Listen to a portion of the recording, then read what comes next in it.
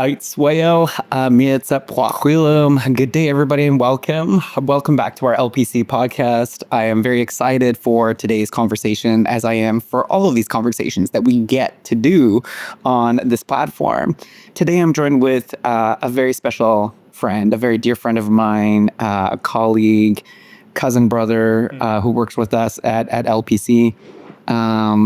Audience, I'm very excited for today's conversation. Today's conversation is all around liberation psychology and how that ties into the good work of decolonization, reconciliation, and Indigenous cultural safety. And my guest is my friend and colleague, Jordan White. So Jordan, Haichka, welcome to the podcast. The first question, as I ask all of our guests on this show, is can you introduce yourself in your good way to our audience? Aichka. Beautiful. Thanks so much, Len. You know, first and foremost, I think it's really important for me to say how grateful I am for you and the LPC platform. It's created a lot of opportunities for me to be with my kids more, to be with my wife more. I was able to leave my 9-to-5 job and have much more flexibility in my life. So I just want to really start with that. It's been immensely important to find more balance in my life personally. So I just want to say that. Thank you. Engratis, Jordan Tausqui, Talitokwa, Boni Boni B, Cree Nation, Mestawasis First Nation. Good morning. I'm Jordan. My Indigenous roots come from northern Manitoba, which is Boni Boni B, Cree Nation, as well as central Saskatchewan, Mestawasis First Nation. And I belong to Métis Nation, British Columbia, and spent some time with the Fraser Valley Métis Association. My grandmother is Lorna Ethel Pocha on my mother's side, and didn't know about my Indigenous roots for a lot of my life, but it's been something that has been immensely healing, immensely educational, immensely just so good for my soul and spirit. And so it's an honor and a privilege to be here to share a little bit what I'm learning. I'm told that it's about coming together in a really good way with love and compassion. And Katwimaluk, or Dr. Francis Horney, says, let people know I come in peace, because there's going to be some things that might make people uncomfortable a little bit with some of the things that I share, because as we know, decolonial work is messy, and speaking about social justice and things that are really on our hearts can be a bit messy. And so I just want to let people know, like, I come in peace, and I come with good squalwin, with good heart, good mind, and good feelings. So that's a bit about my introduction there. Haichka Siam, I really thank you for bringing those teachings in from Kwakwimolek, coming in peace, and really setting the stage for today's conversation. I can tell this is going to be good. And Haichka, from my heart to yours, for your good words. The second question I have for you is a question we ask every guest on the show, and that's to really demonstrate our relational learning and how we've come to be working together, and to really familiarize our audience with you as well. I ask this of every guest, just how have we come to know each other? In 2019, we met at an organization we were both employed in, and I learned about Adwaptamak, or Two-Eyed Seeing. And I saw you do a presentation. I'm like, I got to talk to that guy, because he might be able to help me get into a lunch and learn or something. So he helped me get into a lunch and learn. And something I'm just thinking of, maybe before I get too far ahead, is I'm also aware of where we're calling in from. Your traditional territory of your family, your friends, your homelands, and I'm very much a guest here. And so I think it's important to honor and to recognize that. I'm sitting here and learning as much as I'm able. I'm not here to tell anyone anything or tell them what to do. It's just what I'm learning in my learning journey. One thing with that, before we get too far ahead, what I often find myself doing with a territorial acknowledgement, afterwards I mention labor acknowledgement, and perhaps there's folks who are listening who've never heard of that terminology before. So I just wanted to maybe unpack that a little bit. Absolutely, please do. I remember the first time I heard about the labor acknowledgement, shortly following the land acknowledgement, was from you as well. So please, I would really love for you to share that with our group, our audience here. So when I first came about it was from liberation psychology, and then this is something that a lot of people do in the USA. But when I was looking throughout Canada, I couldn't find one health authority that was doing it. I couldn't find one nonprofit that was doing it. I couldn't find one university that was doing it. But it's practiced quite widely in the USA. And so what it is, it came from when we think about enslaved Africans, the people who were working in the farms and fields and canneries and factories for the development of a country. It's, people who are enslaved, who are in prison, they are, working towards the development of a country, people's organizations and businesses, but there's a lot of unacknowledged labor, a lot of unacknowledged work that they're doing that, and they're not given the credit that they deserve for the development of this big country. And so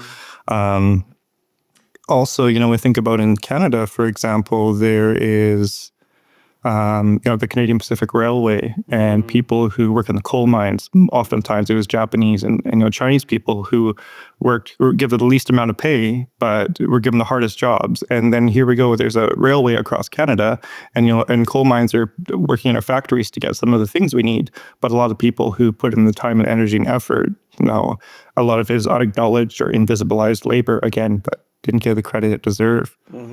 Indigenous people in this country, when we think about who's been taking care of the land, and since time immemorial, who's been taking care of the animals, the traditional plants and medicines. And again, there's no credit there, but we all live in these countries, such as the KC territory that we're in. But it's a lot of unacknowledged labor, and so a lot of people benefit from the teachings, the care, of the land. But again, we're not. That's just part of the labor acknowledgement. And yesterday, I just want to share one more thing, and I'm curious what you have to share. I bought a bar of chocolate. It's called Tony's chocolate. And I didn't, the reason why I'm sharing this is because on the inside of the wrapper, it was talking about child labor. It was talking about child exploitation and knowing where your cocoa comes from.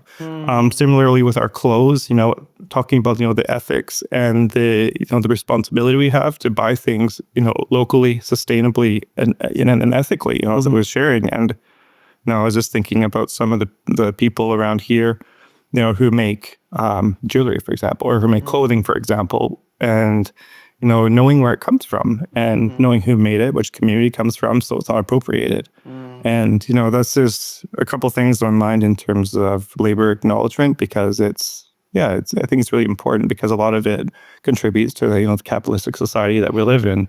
Exactly. So that's a little bit about that. Thank you for that. My mind is going into a million different places right now, and I agree. I can't thank you enough for bringing in the practice of including a labor acknowledgement. Shortly following a territorial acknowledgement. And I say it's important because if we look at what is happening south of the border right now at this very moment, where people of color, people are being ripped away from their homes and their families, and I'm like, are we forgetting who built and how these countries, these colonial capitalistic countries, were built and sustained for the last, several hundred years? If we do not remember, we will fall into that pain of never-ending cycle of violence against, our own community members, our own citizens. So I think that is such a huge takeaway for today, and what a gift. So Haichika for that. One of many, I'm hoping. Yes, exactly. And I'm having my own ha-ha moments and my own key takeaways, because I think including a labor acknowledgement in my practice, because I facilitate and speak on the daily in front of groups. And I think just encouraging people to walk away with that, because, we say it's happening south of the border, but we start to see this growing divide here in our country of us against them. And I'm like, hello, we have a shared history in this country that is rooted in racism and oppression. And so thank you for that. That's a good takeaway from me. My dear friend, today's conversation is all around liberation psychology and how that intersects with the work that you do in decolonization. I'm very new to this conversation, so I've never really done a deep dive into liberation psychology. Can you start by explaining what liberation psychology is and how it's been useful in your work so far? Sure. I don't know did justice to your previous question about how we started to know each other either. So what I'll do is I'll mention that, then I'll move into that question if that's okay. Yeah, for sure. So we did meet at an organization, and I did a presentation on at Waptamuk Tuaising. I put it together, and then you helped me moving towards a lunch and learn, and then we facilitated together for a year or so, and then COVID hit, and so. That was in 2019 we met, and COVID was in 2020 in the spring. And then from then, if you remember, I wrote 12 abstracts to 12 different places, and that was nationally and internationally. And the reason why I'm sharing this is because we did some work in Singapore. I believe your cousin went to the UK and did the presentation there. A number of places in the US, and then some large organizations throughout Canada as well. And why I'm sharing that is because, what liberation psychology is about is finding ways to amplify voices. And so some of the gifts that I have is of writing. And so I was able to get these abstracts accepted and then have other people come and present because, they have gifts and strengths and cultural teachings that I don't have. And so I think it's a good way of walking together in a really good way about creating opportunities and then bring people in who have more skill and more education and those kind of things than I do. And so I shared that because it might be perhaps a teaching for some of the people who are listening today is, what are your skills? What are your gifts? And how can you use them to amplify voices people who might not necessarily have that opportunity? Mm-hmm. And so that's, kind of how we met is that, and you're keeping me around. So you like some of the things I'm saying. So I'm grateful to be here. After that, I think we, put a ring on it, so to speak, and I got my email, and here I am. Yeah, your LPC email. Well, I'll never forget the day because I remember working in this very large colonial institution of like 40,000 employees. You feel like you're the only Indigenous person out there challenging the system, doing the good work, advocating for Indigenous communities and families. And then I remember hearing about one of my managers or leaders in the organization was like, "Oh, have you heard of Jordan White?" And I'm like, "No." And like, he's Métis and he has this presentation on two-eyed seeing. And then I was like, found you. We were able to do a lunch and learn. And that lunch and learn actually turned into a half-day training session at the organization that we worked in. And it was very, very popular. And thank you for sharing that too, because I totally forgot, this was during COVID days when we, you wrote those abstracts and got us into some really worldly global conversations on Indigenous experiences here. Mm-hmm. But I love that liberation psychology is about how we can lift up and amplify the voices of underrepresented groups. I'm wondering if you could share with our audience here a little bit more about the work that you do today, because you do. I know that you teach at UFV. I know that you have a clinical practice as well. Yeah. And I'm wondering if you could share with the group how you've used liberation psychology in the work that you do in your professional practice. Sure. Yeah. So I want to just unpack that word liberation psychology first, because I think it's important, and then I'll share a bit of some of the background of it and then some of the practical, tangible things. When I facilitate either half-day or full-day training on liberation psychology, we have conversations about liberation or freedom. What does freedom mean to you? Who represents freedom? When you're feeling most free? When are times that you have embraced freedom and it's been really fulfilling in this kind of thing? And so we have some conversations around freedom, and that informs a lot of the conversation. And the word psychology, I don't know if you know this about the word psychology, but it translates in Greek to study of the soul or study of the spirit. Wow. Yet when oftentimes, you look at intakes or assessments, what's missing? The soul or the spirit. And so there's a massive disconnect there by that's in the terminology of psychology. Yet, you might have one line, are you spiritual? Yes or no? And then one line for description. Mm-hmm. And so I find that really interesting. So liberation, freedom, and psychology, study of the soul or study of the spirit. And how I came across it actually is through Vicki Reynolds' work in one of her references. I love her work. I know.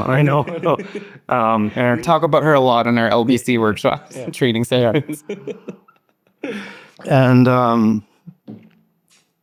Yeah. So basically what it means is individual suffering can't be separated from social political issues. You can't. You mentioned some of the things that are happening in the States, for example, with the cutting of diversity, equity, inclusion programs, people fearing for their lives and people, getting deported and sending home in the countries where they're being killed. And, I think about some people who are fearing for their safety, coming across the border into Canada. Some folks here, listening to this, or some folks that are working with them, how violent or how wrong it is to say, oh, you have PTSD. Oh, you have anxiety. Oh, you have depression. When you're fleeing for your life, when you're coming across the border, when you're worried about what's happening to your family and friends and you can't contact them. And it's ridiculous to, label someone with that because of, the social political climate that's contributing to why, someone's suffering in the first place. And so Ignacio Martin Baró is the person who, coined this term liberation psychology, and he's from Latin America. What he was doing was amplifying marginalized people's voices. There's a lot of oppression and a lot of violence and a lot of injustice and things happening in El Salvador, down in Latin America. And his work was to amplify those voices. So he was helping people read and write. He was helping people utilize their voice. And he was eventually killed. Him and some of his family was killed because of that social justice advocacy work. And someone who picked it up afterwards, and I would say is a leader in this work right now, is Dr. Tama Bryant. I know you, we'll have a conversation later on, but Dr. Tama Bryant was I believe the president is the term of the American Psychological Association. And so she has a wonderful podcast named Homecoming. And there's a liberation psychology talk that she does. It's about 20 minutes long too. So that's something to, for folks who are listening or interested, check out Dr. Tama Bryant. But yeah, I just think it's really important to highlight the Diagnostic and Statistical Manual, for example. Oftentimes this is a go-to book for folks when we think about anxiety or obsessive compulsive disorders, or, any kind of challenges that people have. And it invisibilizes oppression. It invisibilizes discrimination. If someone attended residential school, or if someone attended day school, or if there's been genocide in their country, then you give someone a diagnosis of PTSD, it just obscures that violence completely. And it's like, it's inside the individual rather than social, systemic, structural, colonization, capitalism, all these things that contribute, to why they're suffering in the first place. Kind of interweaving with a lot of the topics that we've already been talking about on this podcast too, talking about the importance of knowing who you are and where you come from is what our previous guest, Damien George, brought onto this platform to talk about the importance of good introductions. And I know you do this in your work too, is when you self-locate who you are and where you come from and how you fit into the work before you hold space, before you teach, before you facilitate. De-ideologizing. I don't know how I feel about that word too, but I totally understand that. And then that's the work that we teach in reconciliation as well. And I love the third piece there around, expression, how we can express that, because song, dance, speaking, art, carving are just our ways of being and doing and knowing as well. And that's something that we teach in Two-Eyed Seeing and our decolonization work. So much of what you have shared and offered our group here is so relevant to the work that we all do in our respective teams and organizations, but also just to the movement that we are all a part of in this country, the movement of reconciliation. So I see how liberation psychology can really be another paddle in the water, another tool for us to kind of keep building this momentum for this movement in this country. And I think you've sparked a huge curiosity out of myself to want to continue to learn more. And I would hopefully love to sit in on one of your full day sessions. But just before we close up here, I'm wondering if there's any final, tips, advice, if somebody's brand new to this, like how I feel like I'm so brand new to this, any advice or suggestions, starting points for folks that you want to leave them with before we close up? I think the first thing is that Homecoming podcast by Dr. Tama Bryant. I've said it 3 times now. Yeah. and it's really great. that would be kind of a first step for folks. If you want to learn more, check that out. Also, what's coming to mind for me is it's outside of liberation psychology, but something Nancy Patricia Charlie said from Sta'alis First Nation. At one training I was at with her, she held up sage and sweetgrass in one hand, and the other hand she held up a ceramic church and a ceramic cross. And she says that there's many ways to yek with it, or to heal and straighten out. It needs to be done with squalwin, with good heart, good mind, and good feelings. And it's powerful for her to say that, because we think about the history of residential schools in this country, when we think about, the traditional medicines and how healing they are in this country. It was powerful for her to say, this is all about the intention with which it's used. And so, in my own journey and my own experience, I've benefited both from, Western treatment and Western ways. And I've also immensely benefited from, going on a canoe journey, for example, which is on my shirt in 2013, and also participated a bit this year and I think last year too, and like traditional healing programs for Indigenous as well as Western treatment programs I've attended, and it's about coming together, about dialogue, and I'm intentionally not using debate, because debate's a tool of patriarchy. It creates division. It creates polarization. It creates, people where there's winners and losers. And how can you come to consensus when there's a debate? It's a lot of, back and forth, but dialogue is, much more useful, much more generative. And so, I invite folks who are engaging in these conversations to come with an open heart and to come with an open mind, and recognize the person across from you. You don't have to agree with them. This is a Dickie Reynolds thing. Yeah. You don't even have to like them. We can treat each other with respect. We can treat each other with dignity. We can honor our common humanity, and we're going to be better for it. Have coffee with someone you don't like. I think that's really important, because there's reasons why people believe what they believe. Last thing I want to say, there's an agency in the US called Story Corps. And you know what they do? They get people from the left, they get people from the right, and they encourage them to have a conversation with one another. And at the end of those, there's thousands of documented stories of this. And what people end up being understanding of the other side. When we think about polarization on people and Democrats or Republicans, there's so much polarization there, but people are sitting together. They're understanding where they come from. They're supporting one another. And it's a good way to just understand diverse perspectives without resorting to violence, or without resorting to hate, without resorting to discrimination. About just being with someone and understanding where they come from is just, really, really important. Oh my gosh. Okay. I'm not kidding when I say I'm going to follow you around with a notebook. All these little nuggets of wisdom, like have a coffee with somebody you don't like, somebody you don't get along with. Like, just what an experience and a teaching in that itself. Because in the Western world, just like that's the last thing you could ever think about. And so, my friend, I just can't thank you enough for this. This has been a real treat. The time has flown by. I have all of these nuggets and tools and tips and tricks and strategies that you've offered in such a short period of time.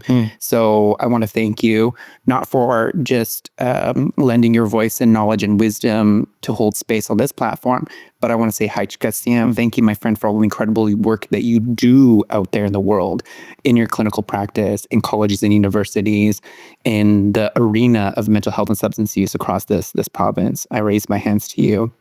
Thank you so much for your time. And audience, thank you for joining us for this podcast episode. We will see you on our next episode. Thank you.